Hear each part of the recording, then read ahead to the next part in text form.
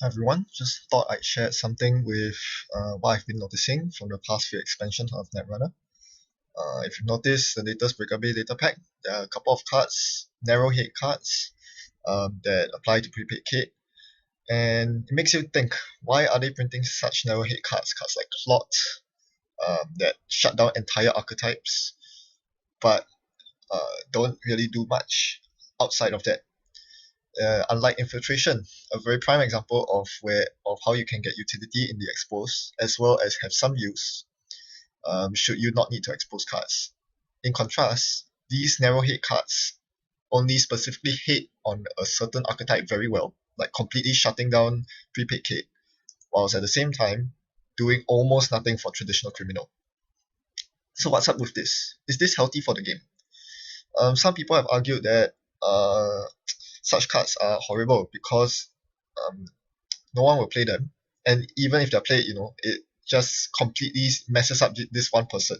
And in a game where the typical competition format is Swiss rounds, uh, then how well you do in a tournament could end up being determined by random Swiss pairings, which means pure luck. If you're playing fast advance and you meet every single one of your opponents plays clock, you're screwed. Whereas if you're meeting just NARCs, slow play NARCs, you probably stand a chance. So is this healthy for the game? Is the game now less about good play and more about um, getting lucky on the Swiss pairings? Well, I don't think so. Take a look at the first two regionals that occurred for this entire regional season held in UK. The London regional, the runner-up the runner-up came with a Valencia deck of everything.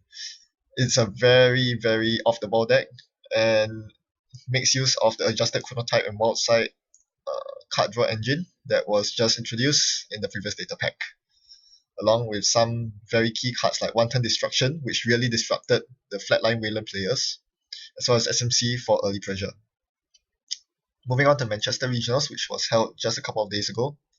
The winner also came out with a Valencia ID. This one's starkly different, even though it's using the most powerful cards in the game, like Desperado and Clone Chip. You have a couple of surprises that caught the meta off their guard as well, such as Vamp, which denies credits from RP really well, and Knight, which is all but dead in the current meta. No one sees this card coming, and yet I argue that Knight is one of the best breakers available today, if only because most people are not attacking against a 7 strength uh, icebreaker that can break almost every ice in the game for cheap. Then you move on to the second place, Court Player, who brought what seems to be a normal Blue Sun deck until you realize that 4 influence has been spent on mid-seasons replacements. Mid-seasons, what, in Blue Sun? But precisely because no one sees this coming, this player was able to achieve lots of flatlines on the day and was a big reason why he got to second place. So as you see, all these decks have one thing in common. They catch the meta off guard. They are off-ball, they are unique, no one sees it coming, no one attacks against all these cards. Like, you cannot play against Blue Sun assuming that you cannot play against every single Blue Sun opponent assuming they have mid-seasons in their deck. You just can't. So if you bring a surprise deck like this, you probably do better. Now, the problem with surprise decks in the past is that it's again due to the tournament format of Netrunner where there's a top cut. What happens is that your opponents in the cut most likely know of your deck surprises and will play around it when they meet you again in the cut, giving you a much lower shot of winning. While that may have been true in the past, the thing is, the card pool is only going to expand from here on out. And as the card pool expands, I think Netrunner's at a place right now where there are so many possibilities that, um, yeah, it's very difficult for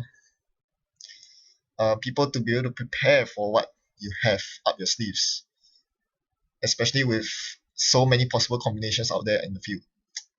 It used to be that you could just take a straight up powerhouse deck like this standard Andy deck that half of the top 16 at Worlds 2014 brought, which worked very well because back then there was very little in the way of narrow head cards. There was no Lotus Field, there are no Cyberdeck's Virus Suite that threatened the main icebreaker suite of Andy, allowing her to do very, very well, no matter the matchup. Even if it's Astrobiotics Near Hub, this is the deck that gives you the best shot, and against all the decks, it held its own.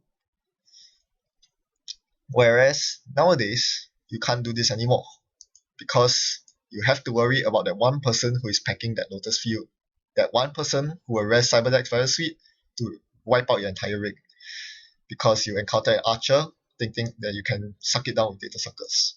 So all in all, what I'm trying to say is that with the diversified card pool right now, and diversified and large for that matter, I think Netrunners at a place where championships will be determined by good play. Good play is still important, don't get me wrong. But I think there's a very good shot that people who bring innovative decks to the table, who deck build very interesting stuff that no one expects, will do very well in tournaments. And I think this is a very healthy sign for Netrunner because Netrunner is not a static game. It has never been and will never be one where you can just bring a single strong deck to a tournament and expect it to plow through the masses. At the end of the day, it is a constantly evolving game, one where you have to stay on top of everyone else to beat the game. And that is what I think keeps the LCG model alive, and this is why I'm happy of where Netrunner is right now. Thanks for watching.